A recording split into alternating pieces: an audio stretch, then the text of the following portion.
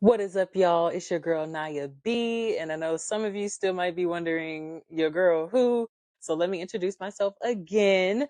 My name is Anaya. I like to introduce myself as Naya, and my middle name is Bernae. That's Bernae, and put it together, and that is Naya B. So I also want to say thank you for all of your support with my launch of this podcast.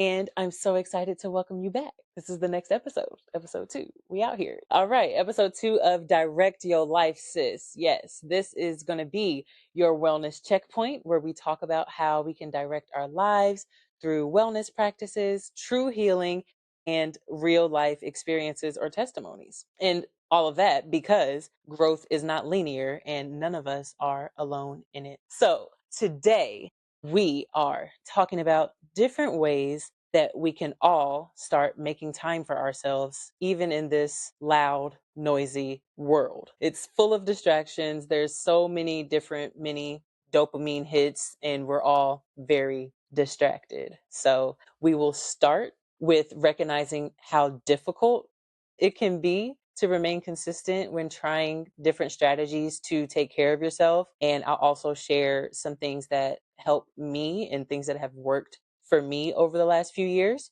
And then we got to talk about how to find fluidity in your routine. All right. Because once you have a routine, you got to learn how to flow with it as well and flow with the things that life throws at you. All right. Let's get into it.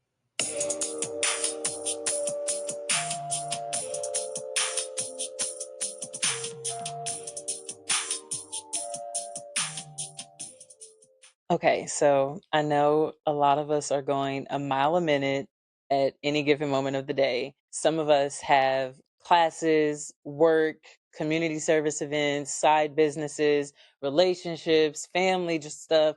Like, there's just always something going on. The list can go for days, right? So, with this episode, I want to point out that the energy that we give to other people, to other entities, our businesses, our events, everything, it just piles up on top of us. And by the end of the day, we just want to crash. I know everybody knows what I'm talking about.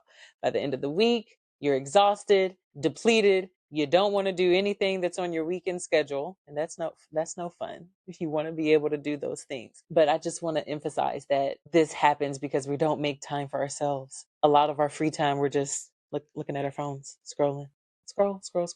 That's all we do a lot of times these days. And yeah, I've been there before. I've tried a lot of different habits to prioritize my personal well-being over the years. So I have some suggestions. Before we get into all that though, I'll preface with what works for me may not work for you, and what works for other people may not work for the next person. But what's important is that we all deserve some sort of downtime. We all could use some time to give to just ourselves. We're always giving to others. We're always putting energy out, putting efforts out. But what are we doing to make sure our own cups are full? It's important to have something to look forward to that's just for you. Don't just sit in the tense energy that the week can bring. Learn how to release it and start anew each day. You'll never know what change or what changes can come from your life until you try to do something different. When I look at my own life and what I've seen in society today, I feel like it's safe to say that we can all learn from one another, regardless of what generation you identify with or what you specifically do for a living. We all have some room to grow. We all could use that downtime regardless of how different our plates look. We all have different capacities and tolerance levels for how we use our time. With that being said, I also want to recognize how easy it is to just push and get to the end of the day and say that you're tired. But I actually want to challenge you all to look back at what you accomplished throughout the day and ask yourself, what actually made you tired? What did you do to challenge yourself? What did you do to stretch your brain? What challenged your brain?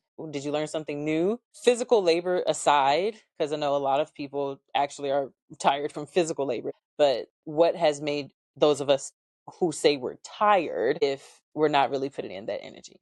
So it's just something to think about.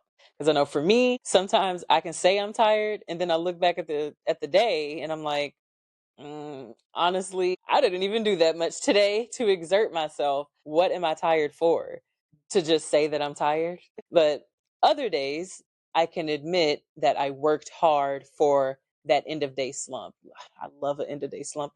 After I've worked hard throughout the day and I'm finally hitting the pillow, that's the best reward. It really is. So I'm just saying it comes in waves for me, but I just want that to be on your mind as well. So, getting into some suggestions, the first one I have is to audit your schedule. I personally am an early bird, and I'm a big believer in waking up earlier to give myself at least the first hour of my day. It's now cliche, but the first time I heard the saying, you can't pour into anyone or anything from an empty cup, I took that and ran with it. I heard that when I was in college and I started figuring out different ways that I could fill my cup before people around me even rub the crust out of their eyes. So this manifests by going to bed early and waking up early. For example, throughout college, if I had a class that started at 8 a.m., I would wake up at 6:30 a.m.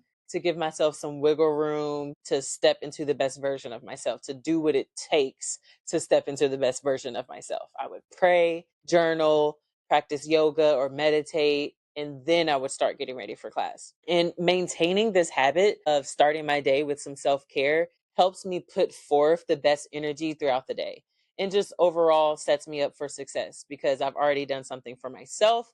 I'm already in my zone, focused. I don't have to worry about aches and pains because I did my yoga and I'm ready to walk out the door for work. I can't lie. Nowadays, now that I'm not in college anymore, that routine looks a little bit different. And some habits are just spread across the entire week rather than I do them every morning. But that's okay. The time is still there, dedicated to me. My friends always call me a grandma for going to bed early, but I really don't care because I know that that's something I need to do in order to be the best version of myself. They're used to me being this energetic, bubbly person, and they know when I'm tired or when I'm hungry, that's not who they're getting. So I choose to listen to my body and go to sleep whenever I feel like I need to and wake up. Well, I naturally wake up early. I swear it's funny though, because sometimes I'll plan to stay up late on like a Friday or sometimes a Thursday, and I'm be so excited to watch a good show or to be on FaceTime a little bit longer with my friends. And I'll find myself nodding off at like 9 or 10 p.m. on a Friday. Okay, so I am a grandma, but like I'd be tired. So I have to listen to my body. But every now and then I'll be able to push through and finish the show or the movie, or I'll figure out something interesting to chat about when I'm on FaceTime to make sure that conversation lasts longer. But most times I'm telling my friends, like, look, it's 10:30. It's time for me to hit the hay. It's time for my head to hit that pillow. Okay. So that's just me though. And those are the things that I have gotten used to over all these years because that's just been in my routine to go to bed early and to wake up early. Of course, this type of fluidity is easy for me in this season of my life because I don't have any kids yet.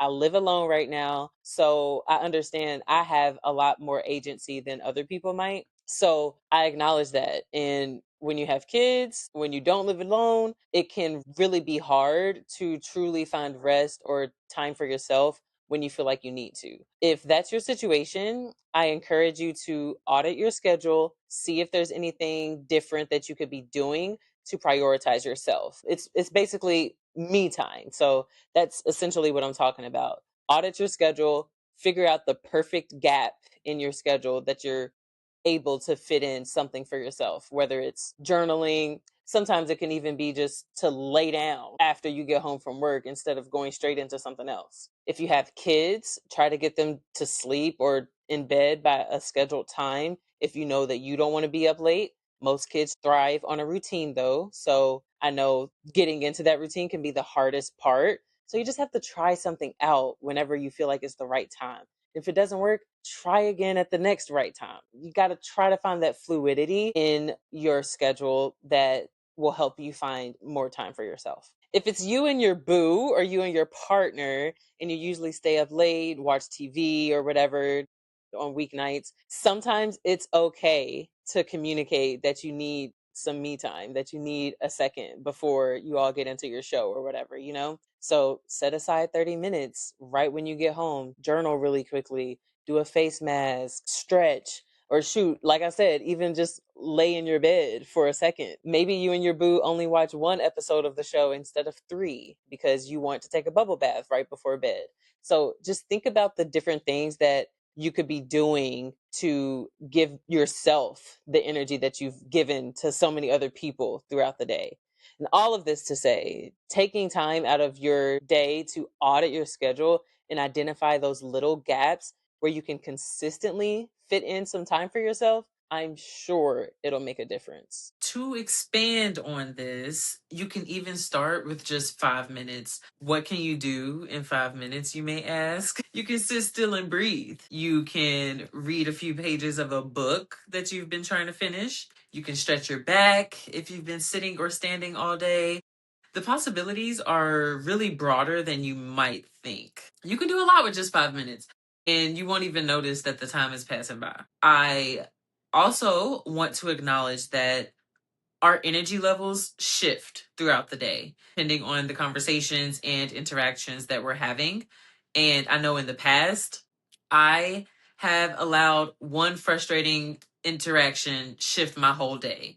Or one person gave me some tough feedback and their comments are just ringing so loud in my head all day. Allowing that to happen isn't doing anything for me, and it isn't reflective of how I want to show up for myself. So I'm glad to offer this next suggestion because it's a really unique way of thinking that I got from a show that I like on Netflix. So if you haven't heard of Owning Manhattan, I really recommend it. It's a entertaining show about $1 million properties in New York City. The show follows the CEO and founder of the real estate brokerage Serhant. His name is Ryan Serhant.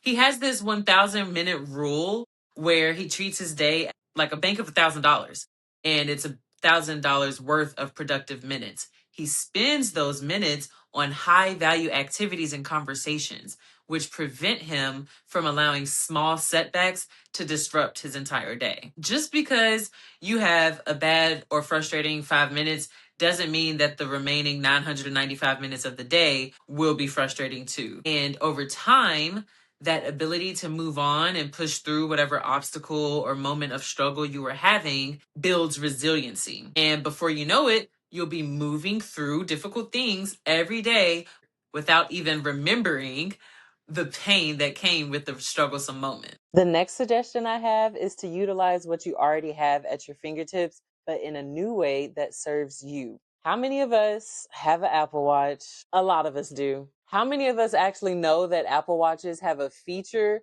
where it'll guide you through a breathing meditation for as little as 2 to 5 minutes? Not a lot of people do. Within the mindfulness app on your Apple Watch, you can start a whole new journey of meditation, which is already a difficult habit to practice. Here's a resource that often goes unused that could be helping you reap potential benefits of just sitting and feeling yourself breathe.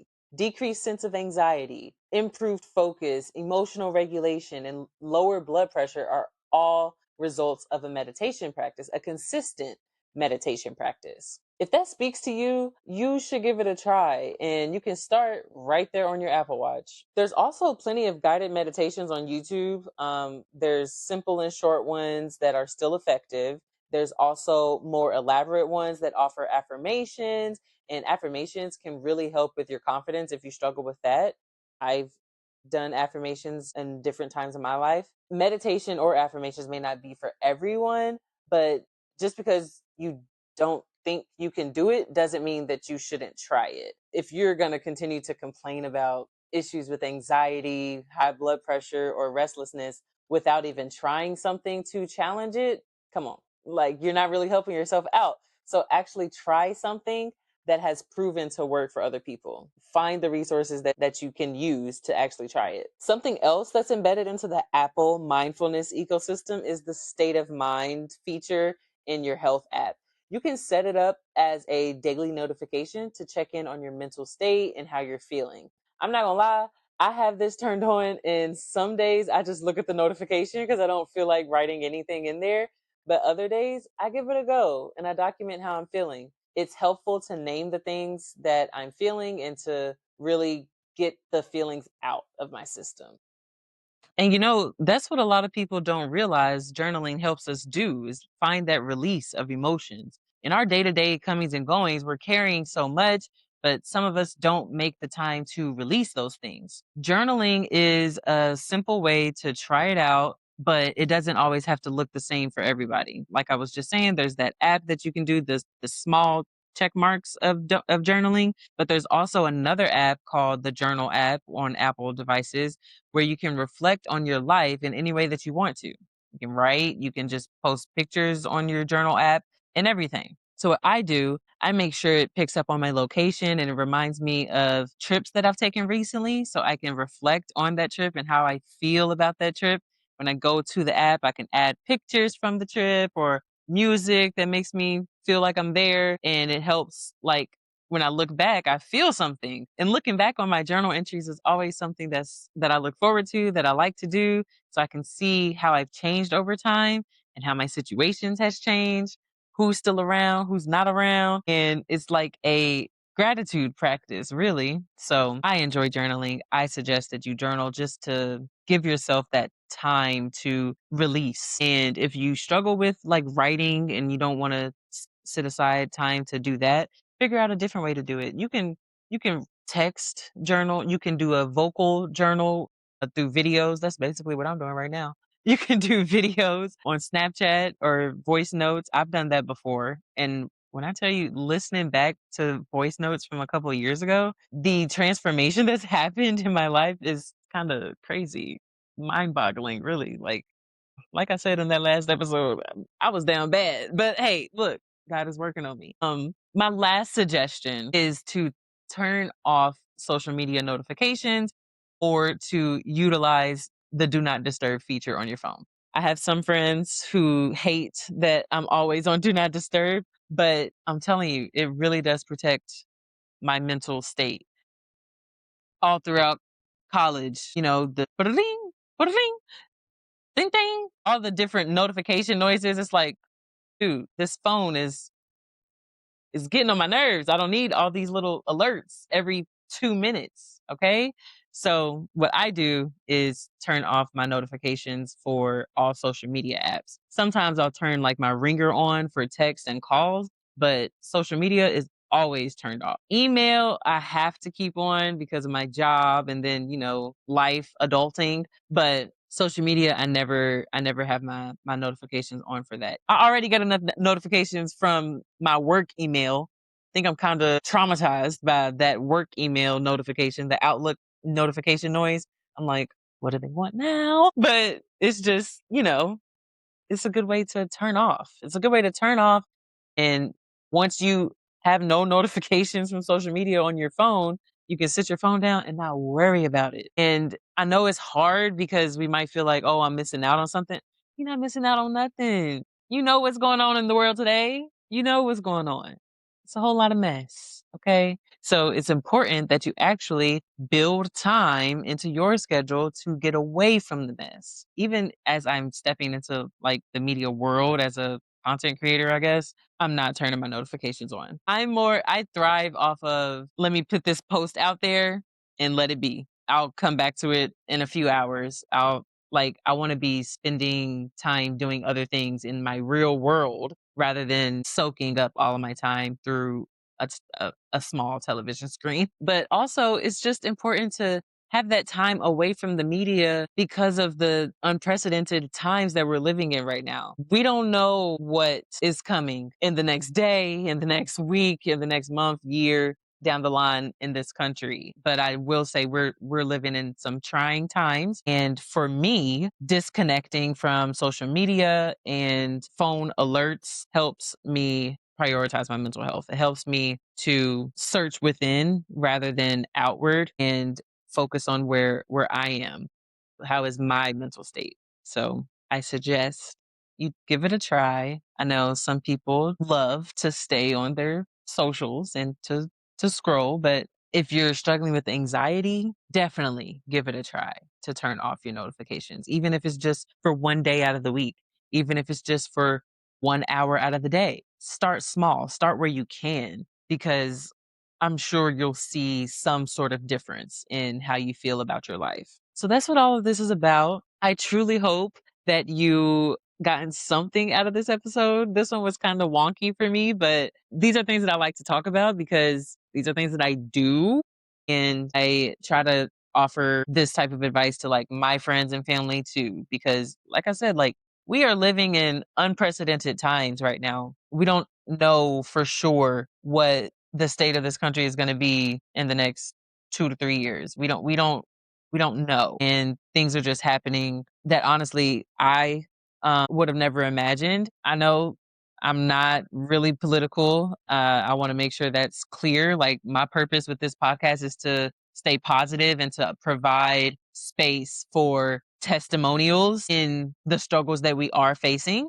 But we always have to find the light. We always have to try to be the light in dark times, because if not, a world of darkness is not where you want to be. It's not where you want to be. So I hope that this episode has helped you or sparked some inspiration for you to make some time for yourself, try to audit your routine, try to utilize the things that you already have at your fingertips, and take breaks away from social media so that you may create more time for yourself in this crazy world full of noise. All right, it's time for the Life Sister of the Week moment. And I am so happy to say that this week's Life Sister is my friend from Ohio State, Arhana. She's probably not going to expect that at all. Arhana and the author of this book, Meg J, The Defining Decade. Why Your 20s Matter and How to Make the Most of Them Now. So, Arhana gifted me this book back when we graduated, and I only just started listening to it on Spotify. So, thank you, Arhana. Shout out to you. The way that I felt so seen within just the first 10 minutes of listening to this book was crazy. And at 26, I do kind of feel like I should have been reading it earlier.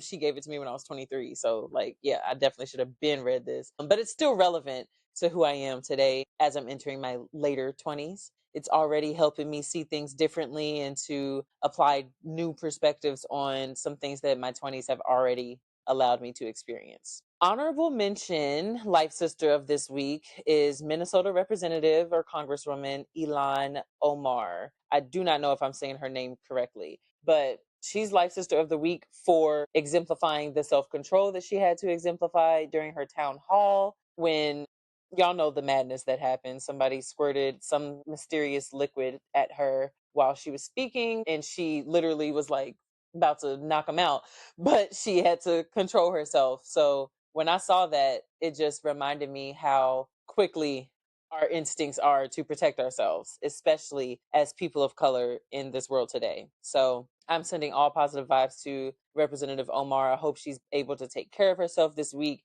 and to continue to take protective measures and precautions in the work that she does. Am I well this week? Am I well, sis? I am doing well. I've been a little hormonal, but I'm pushing through and making the best of each day by listening to my body. I have ate pretty good this week, and I've also stayed in my gym.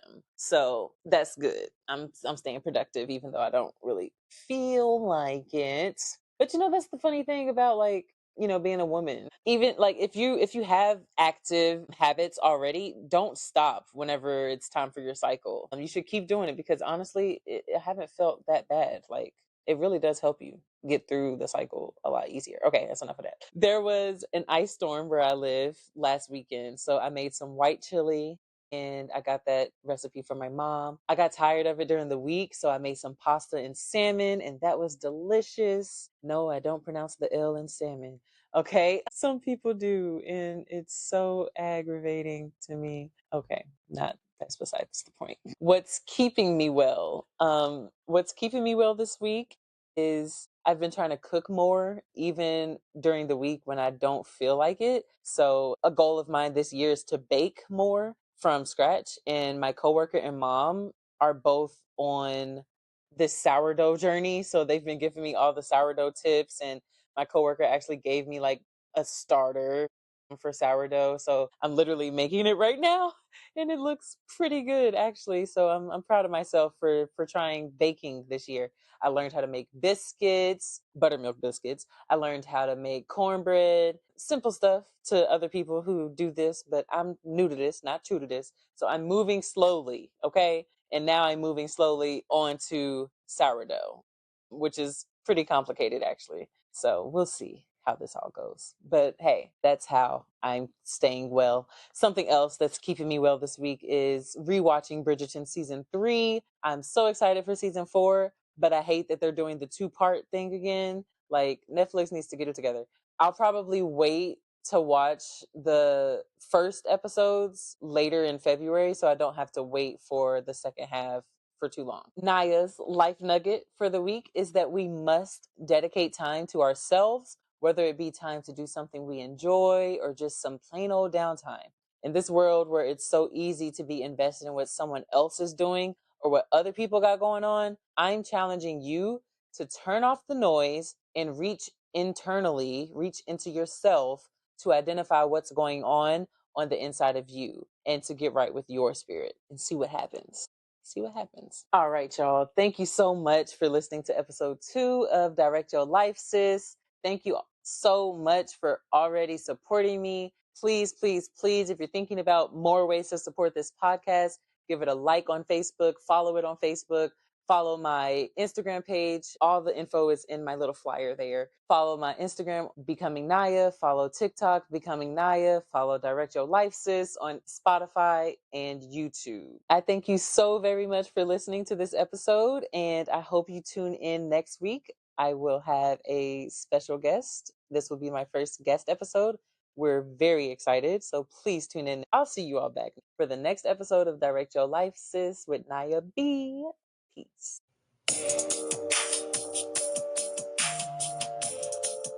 Without even remember. So a lot of times I try to plan to sleep in and I can never sleep in. Sorry, something's in my eye. Oh my God, my makeup's getting old. Okay. Sometimes I try to plan to stay up late over the weekend and I'm thinking, okay, let me start over. To expand on this, you can even start with just 5 minutes. What can you do in 5 minutes? You can sit still and breathe. This is not the energy that I want. Start over, start over, start over, start over, start over. Let's pause. Drink some water. Kind of hungry. I'm gonna eat some sides in a minute. All right. Without even remember. And it can help people benefit. It can help people. You could be, what do I want to say? Why do it not sound good?